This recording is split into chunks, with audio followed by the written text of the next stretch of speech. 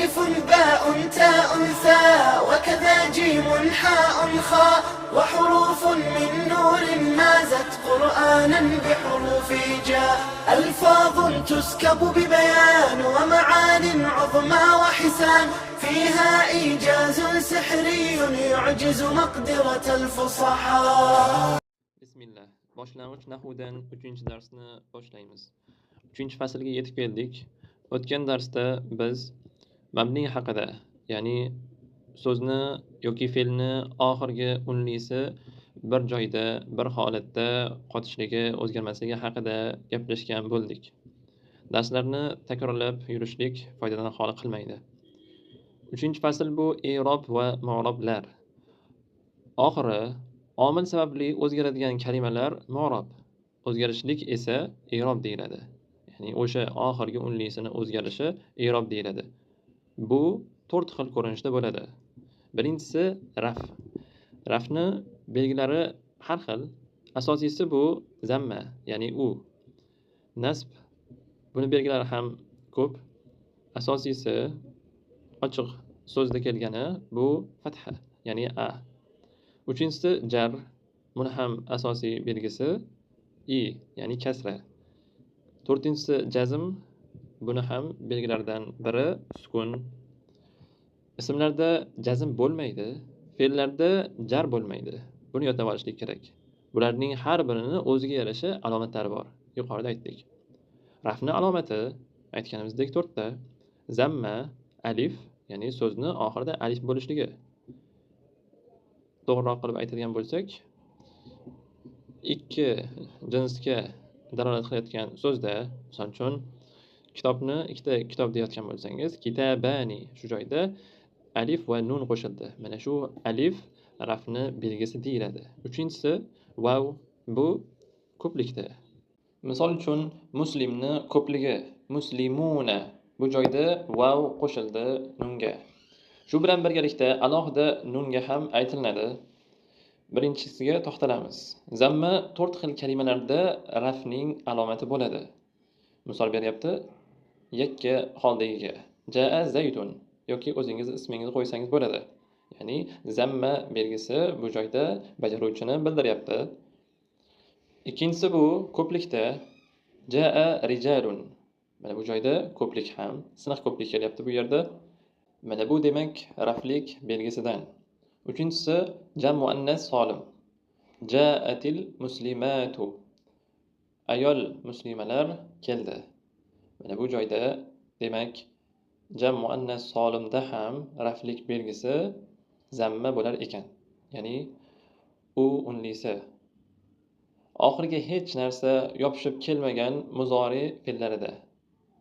Demak, muzori fe'li ham mu'rob bo'lar ekan.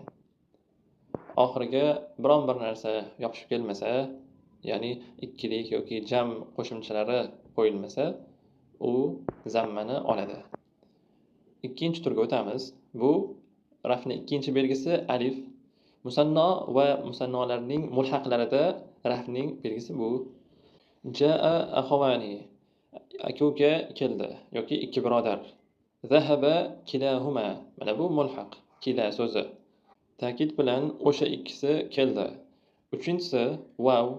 Ikki xil ismlarda rafning alomati bo'lib keladi. Birinchisi jam muzakkar solim va jam muzakkar solimning mulhaqlari. Jaa muslimuna. Buni yuqorida aytdik. Jaa 20 rajulan.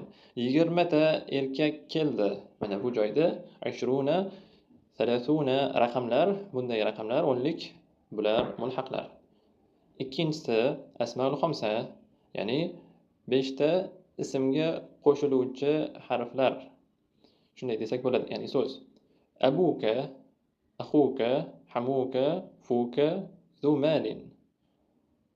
Mana bularning ma'nosi, ya'ni ota, birodar, aka yoki hamu, bu joyda qayni ukaga ham yoki shu qarindoshlar qudachilikka kirib ketadi. Fu bu joyda og'iz ma'noda, ya'ni ichida. Zu ya'ni sohib, egalik ma'nosida. Asmaul xamsa bunday i'roblanishning 3 ta sharti bor. Birinchisi bu mufrad bo'lishligi, ya'ni yakka. Akhuka deganda sizni akangiz deyapti. va aka bu joyda yakka ko'rinishda keldi. Shuni nazarda tutilyapti. Agar musanno bo'lsa, musanno kabi i'roblanadi. Jaa akhawaka bo'ldi. Bu joyda asmoil xomsaga kirmayapti. Agar jam bo'lsa, jami taksir kabi i'roblanadi. Jaa ikhwatuka bo'ldi. Bu joyda asmoil xomsa emas, boshqa, ya'ni birodar, siniq ko'plikka o'tib ketdi. Ikkinchisi bu mukabbar bo'lishi, ya'ni jaa abuka, otangiz keldi. Agar musag'ar bo'lsa, harakatlar bilan i'rob bo'ladi. Ya'ni bunga misol jaa ubayyuka. Ubayyuka sifa mushabbaha yoki atoqli ism deyiladi. Otangiz emas, balki biron bir kishini ismini aytyapsiz. Asmoil xomsani ishlatishni 3-belgisi sharti yo mutakallimdan boshqasiga muzof bo'lishligi kerak. Misol jaa abuhu, ya'ni ya mutakallim kirsa abi bo'lib qoladi, mening otam. Bu joyda asmoil xomsadan chiqib ketadi.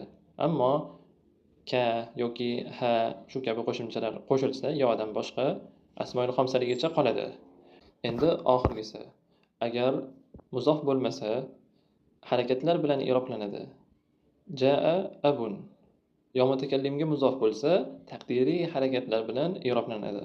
Ya'ni uni taqdirida mana shu zamma va roflik alomati bor deb aytib qo'yiladi.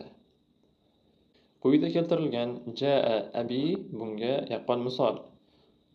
Keyingisi 4-belgi bu raflik belgisi edi.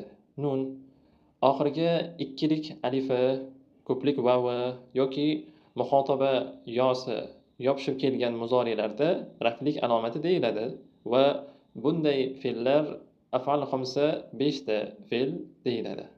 Buki yaktubani, taktubani ma'nosini aytadigan bo'lsak, u ikki erkak yozyaptilar. U ikki ayol yozyaptilar, taktubani. Yaktubuna, u erkaklar yozyaptilar.